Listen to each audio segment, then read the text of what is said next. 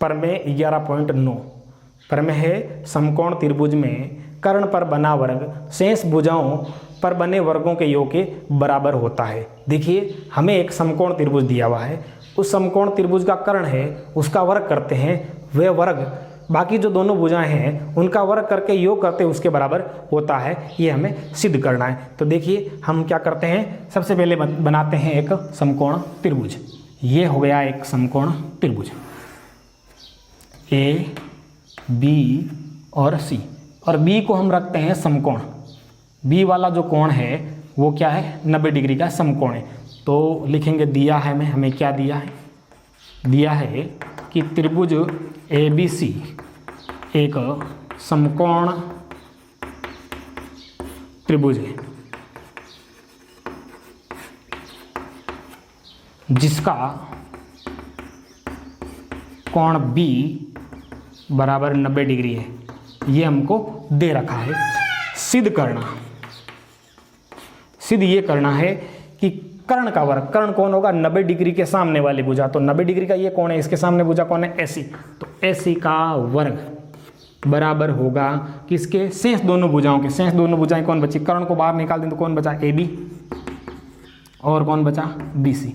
इनका क्या करना है, वर्ग करना है और क्या करना है, जोड़ना है। तो मतलब ये इसके बराबर होगा, ये सारा मान इसके बराबर होगा। ये हमें सिद्ध करना है। सिद्ध करने के लिए हमें करनी पड़ेगी एक रचना। रचना के लिए हम क्या करेंगे, बी से यहाँ जो समकोण वाला शीर्ष है वहाँ से उसकी सम्मुख भुजा पर हम लंब डालेंगे, यहाँ दे देंगे नाम डी। तो हम लिखेंगे कि बी डी लंब खींचा किसके ऊपर, एसी पर खींचा। ये हमने कर दी इसमें रचना। अब देखिए उत्पत्ति में क्या करेंगे, उत्पत्ति में आपको क्या करना है, ये छोटा त्रिभुज इस बड़े त्रिभुज के समरूप सिद्ध करना, ये वाला छोटा त्रिभुज भी इस बड़े त्रिभुज के समरूप करना है। तो देखिए हम क्या करते हैं, पहले ये त्रिभुज लेते हैं ए डी बी, यानी त्रिभुज ए डी बी और त्रिभुज ए बी सी में देखिए क्या चीज़ें बराबर है वो लिखेंगे। दो कोण बराबर लाने इसमें। तो देखिए कोण ए के बराबर में कोण ए हो गया। क्यों हो गया, ए देखो इस छोटे त्रिभुज में भी काम आ रहा है, उस बड़े त्रिभुज में भी काम आ रहा है। तो ये हो गया उभयनिष्ठ कोण। एक कोण और बराबर लाना है। तो देखिए कोण इस बड़े त्रिभुज का कोण बी 90 डिग्री का है और छोटे त्रिभुज का कोण डी 90 डिग्री का है। लिख दो प्रत्येक 90 डिग्री।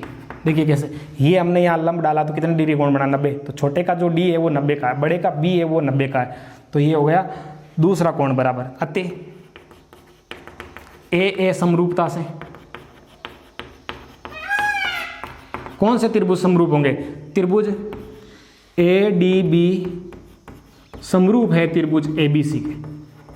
ये त्रिभुज ए डी बी समरूप है ए बी सी के। अब देखिए अगर समरूप है तो समरूप त्रिभुजों की संगत भुजाएं क्या होती है, समानुपाती होती है। तो लिखेंगे अतः देखिए कौन सी भुजा होगी, ए डी। ए डी देखो आप कहाँ है, ये रही ए डी। तो यहाँ ए डी है तो यहाँ क्या होगा, ए बी। तो लिखो ए डी बटा ए बी, ये बराबर होगा किसके, बी डी। देखो बी डी कहाँ है, बी डी बीच में है और इसका कोई लेना देना नहीं है भुजाओं के अनुपात में। बी डी बीच में आ रहा है तो इसको हमें नहीं लेना है। तो हम क्या लेंगे, ए बी लेंगे।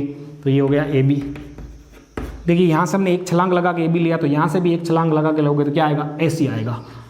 अब देखिए इसका आप वज्र गुणा करोगे तो देखो ए बी का ए बी से गुणा करोगे क्या हो जाएगा, ए बी स्क्वायर बराबर A D into A C, A D into A C हो जाएगा। ये आपके समीकरण नंबर हो गया 1। अब आप आगे त्रिभुज लोगे, कौन सा वाला त्रिभुज लोगे, हम देखो कहाँ से शुरू हुए थे, ए डी बी। बी पर हम है तो बी से देखो आप ही शुरुआत करो। बी डी पे आओ, डी और सी, त्रिभुज बी डी सी और त्रिभुज ए बी सी में। अब की बार हम इधर वाला त्रिभुज छोटा और पूरा बड़ा त्रिभुज ले रहे हैं। तो देखिए इस त्रिभुज का कोण सी उस त्रिभुज के कोण सी के बराबर है। क्यों है, देखो ये कोण सी छोटे में भी काम आ रहा है, बड़े में भी काम आ रहा है। तो लिख दोगे उभयनिष्ठ कोण। ये इसका कारण हो गया। उसके अलावा इस छोटे त्रिभुज का कोण डी 90 का है, बड़े त्रिभुज का कोण बी 90 का है, प्रत्येक 90 डिग्री इसका कारण हो गया। अब देखिए एक त्रिभुज के दो कोण दूसरे त्रिभुज के दो कोणों के बराबर है। अतः लिख देंगे ए समरूपता से कौन से त्रिभुज समरूप हो गए, त्रिभुज बी डी सी समरूप है त्रिभुज ए बी सी के, ये समरूप हो गए। अब देखिए समरूप है तो समरूप त्रिभुजों की संगत भुजाएं क्या होगी, समानुपाती होगी, जिसमें हम BD को नहीं लेंगे, लिखेंगे नहीं समानुपात में, BD बीच में आ रहा है, ठीक है। तो देखिए पहले क्या है BD बटा AB होगा, लेकिन BD तो बीच में आ रहा है, इसको नहीं लेना है, तो आप BD को छोड़ दो, आप लोग ये CD बटा, यहाँ से आपने CD लिया तो वहाँ से क्या होगा BC होगा, बराबर में फिर क्या लोगे, यहाँ से BC लोगे तो वहाँ से एक छलांग लगा के क्या होगा AC हो जाएगा। अब देखिए आप क्या करोगे, इसमें वज्र गुणा करोगे, वज्र गुणा करोगे तो देखो आप BC का BC से करोगे तो क्या हो जाएगा BC स्क्वायर बराबर AC का गुणा CD से करोगे तो हो जाएगा AC गुणा CD। ये आपके हो गया समीकरण नंबर 2।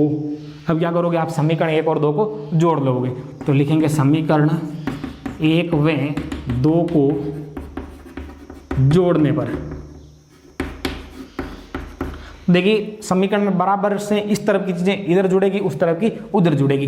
तो देखिए पहले समीकरण में बराबर के चिन्ह के इस तरफ कौन है AB का क्या कर दो स्क्वायर, ये लगा हुआ है इधर लिख दो, प्लस क्या कर दो इसमें बराबर के चिन्ह के इस तरफ, इसमें क्या है समीकरण 2 में BC का स्क्वायर बराबर उस तरफ क्या है देखिए AD गुणा AC प्लस AC गुणा CD, ये हो गया। अब देखिए AB square plus BC square बराबर देखिए इस प्लस के चिन्ह के इस तरफ और इस तरफ क्या चीज़ कॉमन है, देखिए AC कॉमन है, यहाँ पर भी है AC यहाँ पर भी, AC को आपने बाहर निकाल दिया तो पीछे क्या बचा, इधर तो बचा AD, उधर क्या बचा प्लस में CD बचा।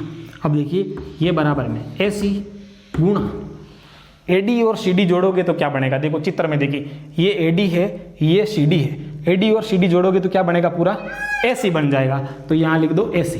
अब देखिए AB square plus BC square बराबर AC इंटू AC करोगे तो क्या हो जाएगा AC स्क्वायर। देखिए यही हमें उत्तर प्राप्त करना था, हमने देखो क्या लिखा सिद्ध करना AC स्क्वायर बराबर AB square plus BC square, ये रहा AC स्क्वायर बराबर AB square plus BC square, तो ये हो गया इति सिद्धम।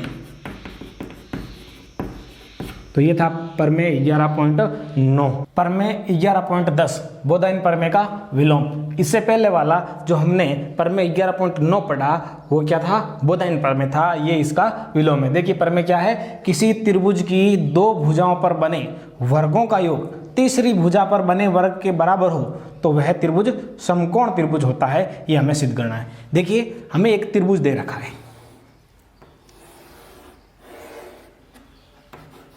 ABC, इस त्रिभुज के अंदर हमें क्या दे रखा है, एक भुजा का वर्ग मान लेते हैं AC का वर्ग बराबर है शेष दो जो भुजाएं हैं कौन सी वाली AB square plus BC square के बराबर है। AC स्क्वायर बराबर AB square plus BC square के बराबर, ये हमको दे रखा है। सिद्ध करना, सिद्ध ये करना है कि त्रिभुज ABC एक समकोण त्रिभुज है, ये हमें सिद्ध करना है। ये जो त्रिभुज है ये वाला त्रिभुज एक समकोण त्रिभुज है, ये हमें सिद्ध करना है। हमें ये एक कंडीशन दे रखी है जिसमें कह रखा है AC स्क्वायर बराबर है AB square plus BC square के। इसको सिद्ध करने के लिए हमें करनी पड़ेगी एक रचना। तो देखिए रचना क्या करनी है, रचना में हमें एक त्रिभुज और बनाना है,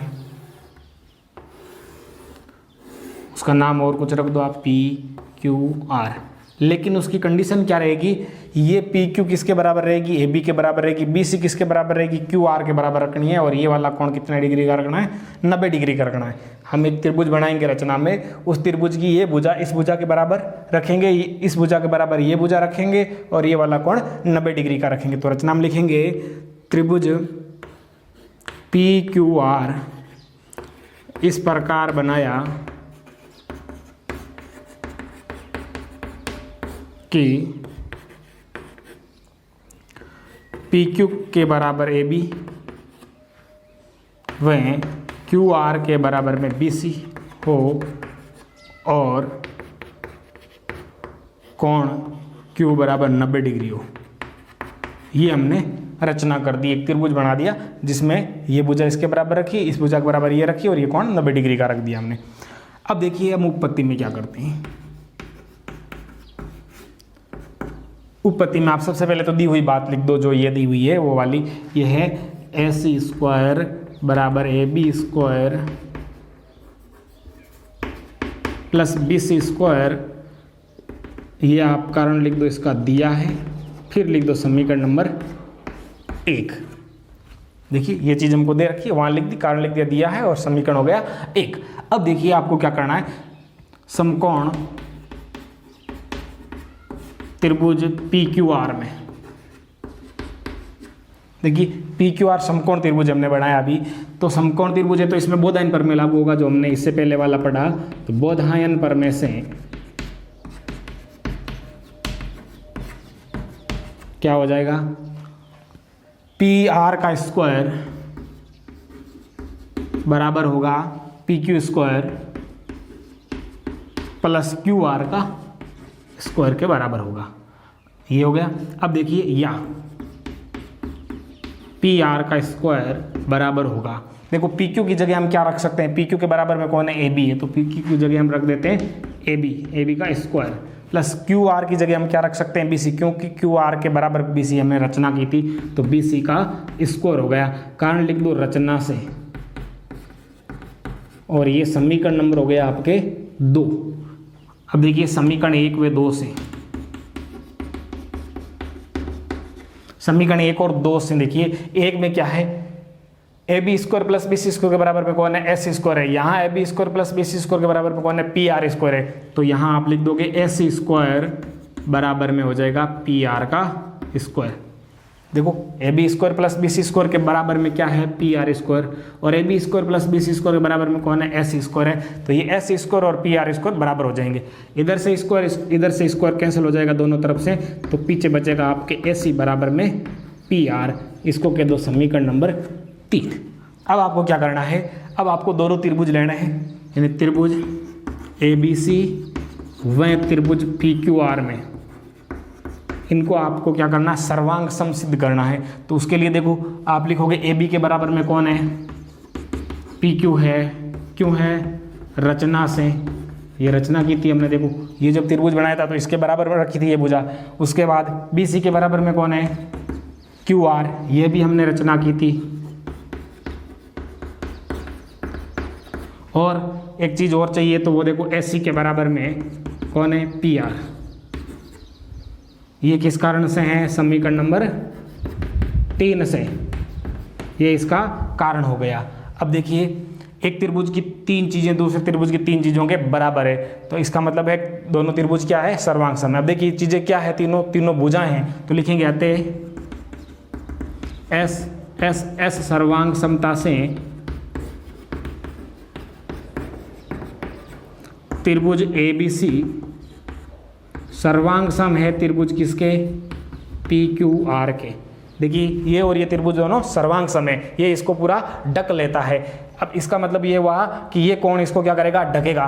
तो B के बराबर में क्या होगा, कोण Q होगा। तो लिखेंगे आते कोण B के बराबर में कोण Q, कारण क्या है, बाई CPCT।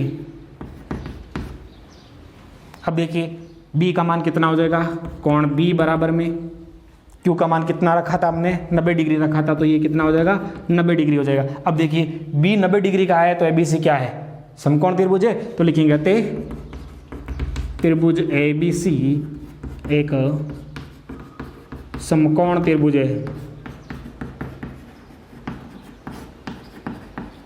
ये हो गया आपके HP इतिशदम है। ठीक है, तो ये था अपना प्रमेय 11.10।